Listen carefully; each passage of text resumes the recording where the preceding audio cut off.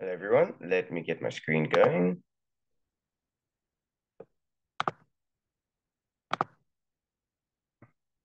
There we go. Hopefully everyone can see my screen. And awesome, great. Thank you so much. Let's see if I can get rid of this one. Perfect. Thank you so much for listening in. My name is Connor Wright, and I will be presenting my paper on should we communicate with the dead to assuage our grief, an Ubuntu perspective on using Griefbots. So Griefbots will be taken as a deceased or the digital representation of our deceased loved ones.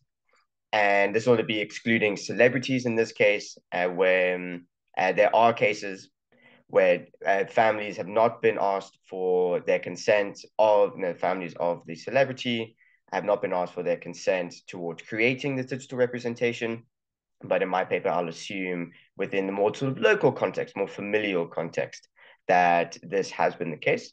And I'll also be talking about Ubuntu, which is a sub-Saharan African philosophy, which focuses on community and takes relating as the measure of ethical living. And also, just to be a good AI ethicist and academic in this sense, the image on that you can see here is AI generated. So it's effectively to show that when we are talking to Griefbots, it's almost like talking to an interactive grave as well.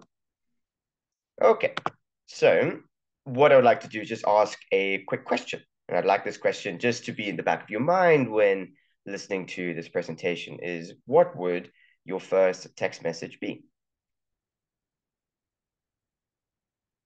So I'd love to know what basically how you would start the conversation if you had a deceased loved one as a griefbot. How would you initiate the conversation? What would you talk about? And that'll be something that is quite interesting to bear in mind throughout the rest of the presentation. Okay, so a quick little bit about me is that I was born in South Africa, and this is how I garnered the interest within the Ubuntu philosophy. And I now live in the UK. I've lived in the UK for 16 years, and I'm so glad I've been allowed to follow up on my interest in the philosophy as well. I am partnerships manager at the Montreal AI Ethics Institute, as well as an AI consultant at Ethic AI. I've just completed the MST in AI Ethics and Society at the University of Cambridge, where I was a member of Lucy Cavendish College, which I'd love to extend my gratitude for all the support that they have shown me throughout my academic career there, as well as for helping me get to this conference as well. Okay, so what's important here? Let me move my face. And what I'd just like to emphasize is that when we're talking about Ubuntu philosophy, and we're talking about Griefbots, it's important to think about how is actually these two topics going to be married. So the best way to put that is to talk about continued relationships with the deceased. So previously, continued interaction with the deceased was seen as pathological within the West, so such as psychologists with Sigmund Freud, is that you needed to come to terms with the deceased, to come to terms with your bereavement, come to terms with your grief, and then just move on. However, in today's world, there is ample opportunity to interact with the dead online, whether it be via Griefbots or whether it be via Facebook memorial pages as well. A lot of Facebook accounts, millions of Facebook accounts are dedicated towards the dead or are still active despite the person being deceased. And so there are ample opportunity to talk or to interact with the dead in that sense. And so this sort of reflection was also seen within a shift within therapy towards grief as well, in the sense that we moved away from wanting to move on, wanting to put it away and surpass it like Sigmund Freud was arguing for, and rather look forward more so towards integrating, more so towards involving the deceased within the living's current existence. And more on that we'll chat about in a second. But grief in this paper will be taken as an actively evolving process. So it is not something that we just deal with, put it away, box it up, and then put it to one side. It is something that is actively evolving, actively coming to terms with it. In the sense, it's also a social process. And this is where we can look towards the continent, the African continent, and especially within the Akan people in Ghana, west of Africa, and how the grieving process is very social in that everyone gathers around people who are grieving, and helps to support them in that sense as well. And I think that the theory that most accurately or most appropriately captures this whole phenomena is the theory of continuing bonds. So this originated with Klaas, Silverman, and Nickman, and it made the minimal claim that at least they are, if we were to continue our relationship with deceased, it is at least not pathological. So it's not a catch-all solution, but is at the very least not pathological. And this is how, within the therapy example that I mentioned, that Kruger and Osler were able to contribute their interpretation of the thin versus thick representations. So we're able to show that the continuing of a relationship with the deceased is not going to be pathological because we're not treating this new representation of the deceased as a thick representation. So a thick representation is the full representation, full installment of a deceased, of the loved one that is now deceased. So we're not meant to be treating it, and we are not to treat it in that way. We are not going to be able to get that same level of representation and bidirectionality that we would if we were talking to our loved one when they were alive. And then the thin representation is what something like a Griefbot would represent. It's a snapshot, some form of representation of our deceased loved one, but it is not the full thick representation that we would associate when they were alive. Okay, so in this sense, Griefbots just become another avenue to express our grief. So much like a deceased family member's favorite mug or their favorite chair, this is just another way to express our grief, and is another way to help try and get over, and try and not even get over, trying to integrate and incorporate our grief into the lives of the living as well.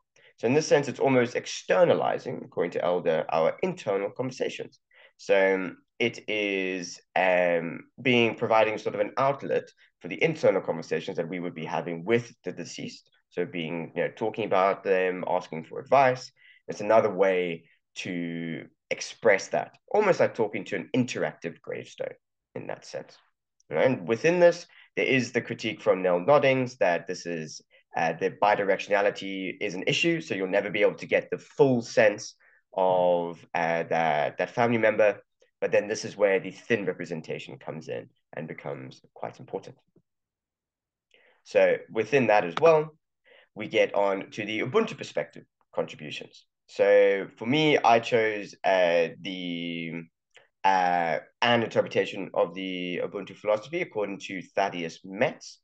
And this is where the correct action is where we appreciate another's capacity to relate. So for example, including somebody within our social circle.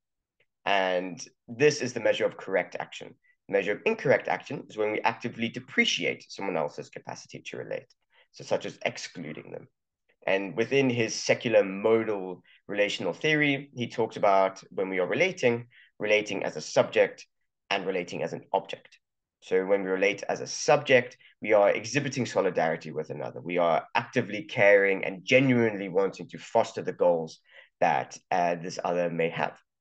And when we relate as an object, we think of ourselves as part of a we. We think of ourselves as part of a collective. So there are two distinct channels through which we can relate. And within this account, it is deontologically motivated.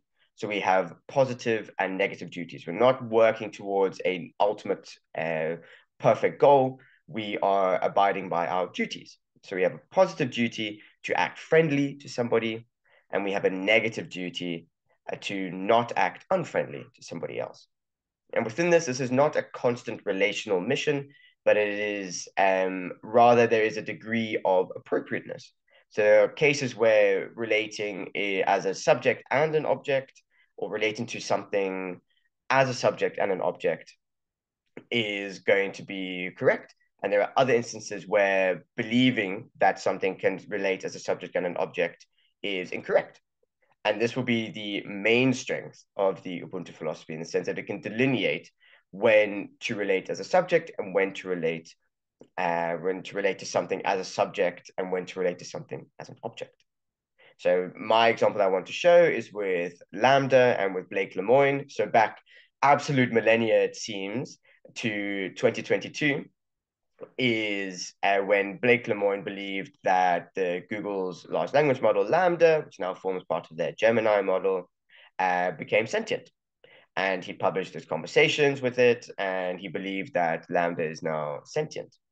And at the surface, it looks like it can relate a subject and object. As object, it talks of itself as a collective, as part of the collective of persons.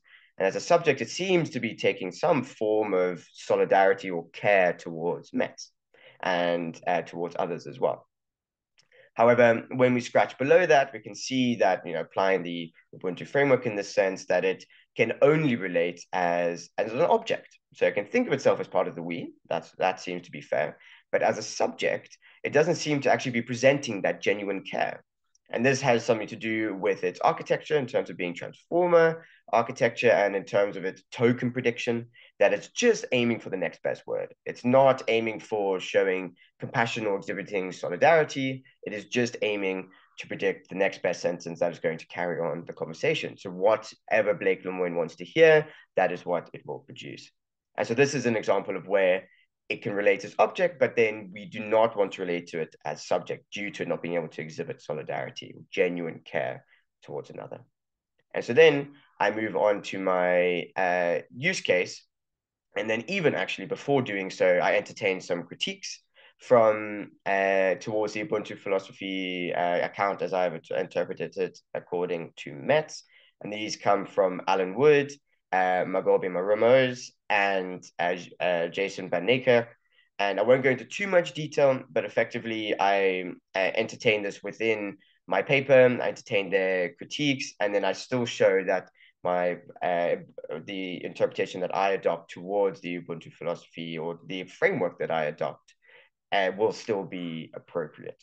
So I can for sure go into more detail within the conference, as well as any further questions towards the end as well.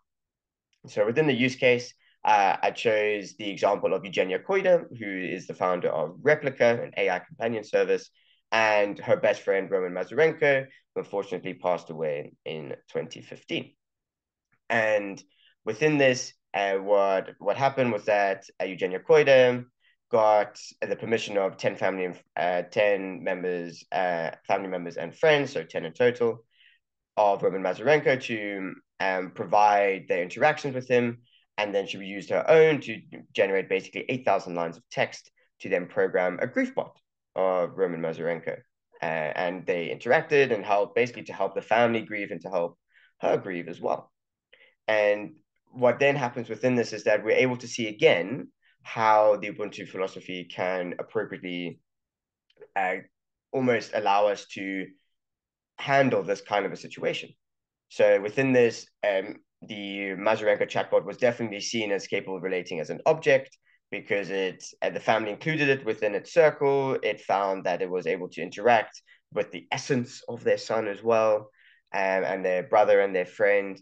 However, it was not able to relate as a subject, again, due to its architecture, but also due to the family's belief of how it was a hollow representation. It wasn't able to talk about its music or to express itself musically that Mazurenko would have done when he was alive. He was a very prominent music artist as well. And then as a result, the thick versus thin representation then comes in again. And it very much maps on to how the thick side of things is being able to relate as a subject and an object. And the thin side is more so just relating about as an object. And so within this, the Mazurenko chatbot, I found that it was able to relate as an object, think of itself as part of the we, be included in the we as well, but it wasn't able to relate as a subject. It wasn't able to genuinely care. It was only able to express what it was trained on, just the 8,000 lines of text. It was not able to go beyond that, which now modern day large language models would be able to do. So with those developments, could be likely that there is more scope for relating as a subject than an object, but then even then, transformer architecture still limits with the token prediction, still limits the genuine care that these kinds of models can present. So within this, I found that Mazurenko's chatbot was only able to relate as an object. And then having done so, I then considered some future considerations for the framework, and primarily in terms of data privacy. So these conversations that we're having with these Griefbots are quite sensitive, so you don't want any information leaking out as well. And then also in terms of commercialization. So if this kind of service was hosted by a private company, would there be commercial incentives to try and keep users on using the service and not allow them to move by, allow them to help sage their grief? Would they try to keep them in that? Would try to trap them there? And there's also a case for social de-skilling as well. So using the grief bot so often that then you do not want to interact with humans and therefore are losing valuable social skills in that sense as well. And while these are very prominent issues for all forms of conversational AI, like chatbots, the Ubuntu philosophy and the Ubuntu framework that I've adopted can provide an interesting starting point, especially in the sense of its distinction between subject and object.